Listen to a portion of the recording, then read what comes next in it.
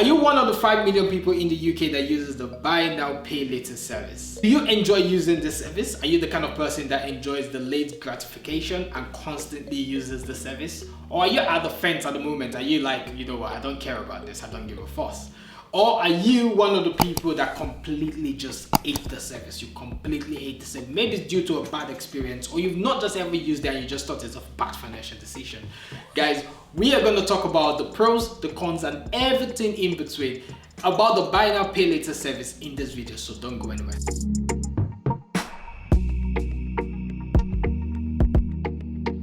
Hey guys! You're welcome back to the channel, guys. This is the Control Platform, and if you're new here, don't forget to do all the good stuff like subscribe and join the family, guys. We drop a video every single week. So guys, in case you don't know, we talk about everything finance on this channel. We talk about how you can take control of your finance, your productivity, and your time. If that's something that you care about, just subscribe, hit that notification bell, and join the family.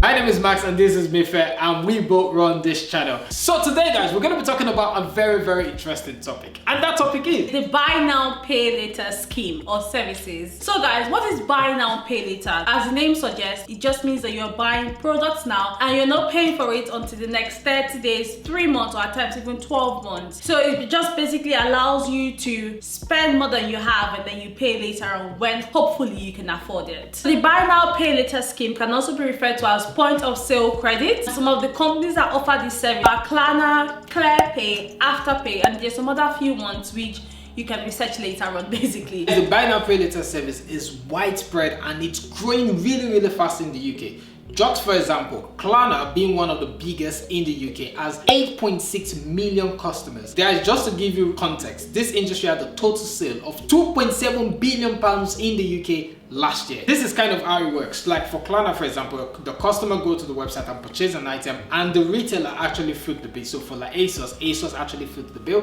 Klarna actually takes 5% of that sale. Why didn't we take a percent? I know, 5% guys. Of every single sale that actually comes up from every single retailer that they have their services. Just to think about how much this company would be making. This company actually has loads of fast fashion companies, loads of businesses that they're using at the moment. Think of one and I will tell you they're there. Misguided, Boo, Pretty Little Thing, ASOS.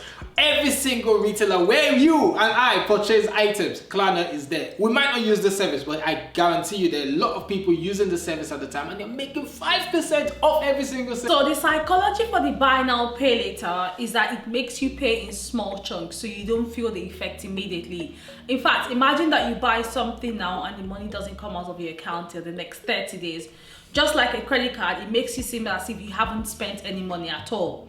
Is this a good or a bad thing? That's what we're discussing, like we said. I think another thing with the buy now pay later is that it encourages instant gratification because you get more expensive items, you shop more, and basically when you shop for those items, even if you don't have that money now, you can actually get the items now, and things that would normally seem like a lot of money, like for example spending £1,000 on a pair of shoes, now start to seem very small when you pay for £800 per month for the next 10 months. Unlike a few decades ago, our options are limitless and we keep wanting more because of fast fashion and the fact that we always want to keep up with trends. So guys, the question we're gonna ask ourselves is like, are this company actually doing this for us? Are they actually doing it because of our own interest or their personal interest to actually fill up their pockets? This is a question we need to ask ourselves. I guess we'll never know because for different people, it actually means different things to them. So for example, a fashion blogger will really like the service because they always have to keep to trend. They might not always have the money in their bank account, and paying it in little bits can also help them, you know, start to grow their business and grow their brand that way. But why for another person who just, you know, is addicted to shopping, that could be a bad thing because you're buying something that you really cannot afford. I guess at the end of the day, we just all have to live below our means and stick to things and be more contented with the things that we can afford. Just to throw some light on this, buy now pay later scheme is not new. It's not new to us. It's been there for time. Klarna, for example, as a company, has been in existence for 20 years. I remember back in the days in the news where you say pay $9.99 right now and you can pay the rest in 12 months time, something like that. There's always something going on when it comes to things like buying electronics, you know, fridges, appliances. There is always a scheme like buy now pay later there. It's been in Corey's Pizza World, it's been in other companies, and guys, it's just now more popular because it's coming to fast fashion, the fast fashion industry, and it's also coming to other little websites that we use on a daily basis, and now we begin to understand and use it more. So guys, now we're diving into the pros and cons of the buy now pay later scheme. For number one, it allows you to actually buy trendy items. With this service, you can buy more trendy items and purchase cool stuff. We all want to get the latest Fendi, the latest Kylie Cosmetics, the latest Fenty Beauty, the latest Prada shoes. You know, we all want all of those things. With this service, you can actually afford to have, you know, all the trendy stuff that you want. But I guess we can also think about it. Is it actually a good thing to actually want everything? Back in the day, if you didn't have the money to afford like a certain clothing item, then you don't just buy it. Are we getting too used to instant gratification? I guess that's something that we can all think about, basically. Guys, on number two, the second pro we're going to talk about is that for people with very low credit score, this could actually be a good service for them, because they can actually buy something now and pay for it later without going through any sort of credit check. So they can actually purchase something without going through any sort of credit search, or you know, if they don't even own a credit card or something like that, they can always buy something and actually pay for it later. And you know, they're more flexible, they have more options for someone without a good credit score. So guys, the next one, it helps you to actually pay for things easier. You know, instead of you, for example, spending £1,000 at a goal, imagine you share that as £100 for the next 10 months, and then you pay that in the next 10 months, rather than you squeezing your pocket and trying to, like, obviously get that £1,000 to pay off a certain item. So it does help your finances in a certain way, especially if you're just having one for a year, then to purchase that very large item that you want. So for us, when we're trying to get a new TV for ourselves, we actually use the buy now pay later scheme in quotes, because we use the 0% credit card and we put down an installment, and then for the next 6 months we paid off the TV. So it was actually good for us at that point in time. So guys, let's dive now into the cons. Now, the first one we're going to mention is that it actually tricks you to actually buying more items. As the prices are broken down into smaller chunks, it makes it more enticing for you to actually purchase the item. 29.3% of people using Klarna actually has 3 to 5 purchases or payments running at the same time.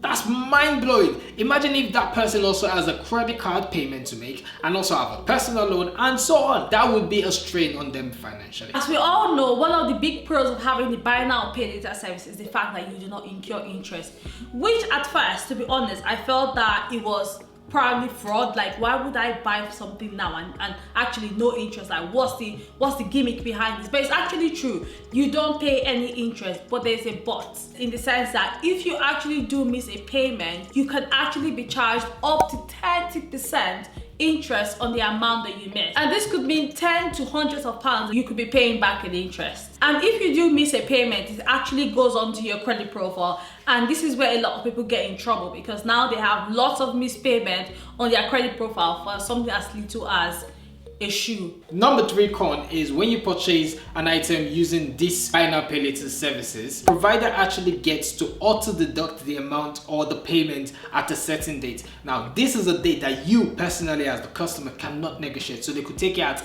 any time. Considering the fact that most people are getting their paid at the beginning of the month, end of the month, or at a certain time just randomly. Like personally, I get paid towards like the 20th of the month. It means that whenever they actually set that payment, if it doesn't fall around the time where I get paid, it could easily be forgotten, and that could actually go as a missed payment.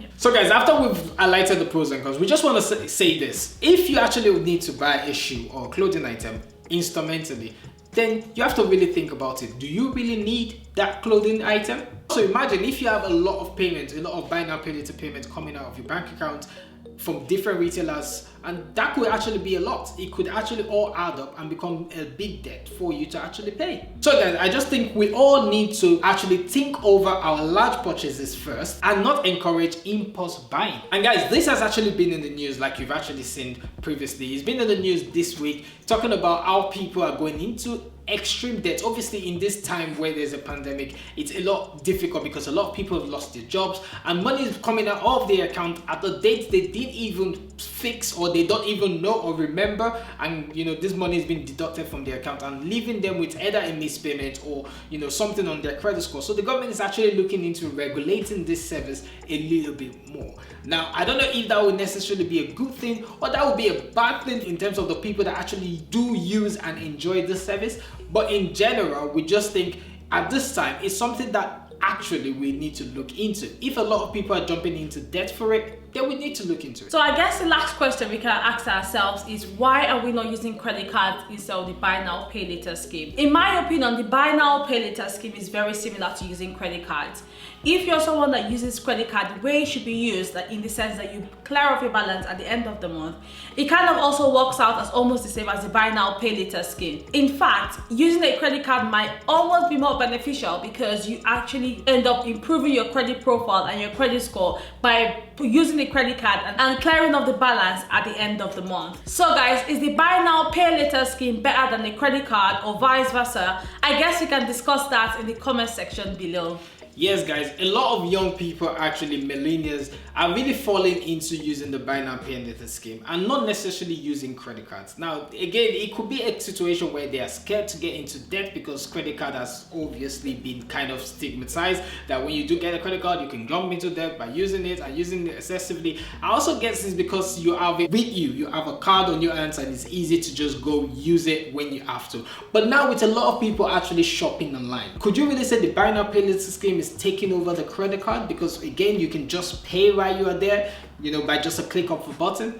I guess that's something else we can also discuss in the comment section below. Yes guys, so thank you so much for watching this video. I hope you enjoyed it. Like we said, we're trying to obviously grow our channel and we would love for you to please subscribe if you enjoy videos like this. Don't forget to smash the like button guys if you actually enjoyed this video, because that helps the YouTube algorithm to help us push the video to other people that might actually love it, and you know, it could actually help someone out there, so you might be doing good things. Thank you so much for watching guys, and we'll see you in our next video. Peace. Take control of your finances, your productivity and your time. So if that's something you care about, why don't you leave a subscribe? And guys, Klarna, is it Klarna? I'm saying it right, yeah? Klarna. Okay, 1, 2, 3, go.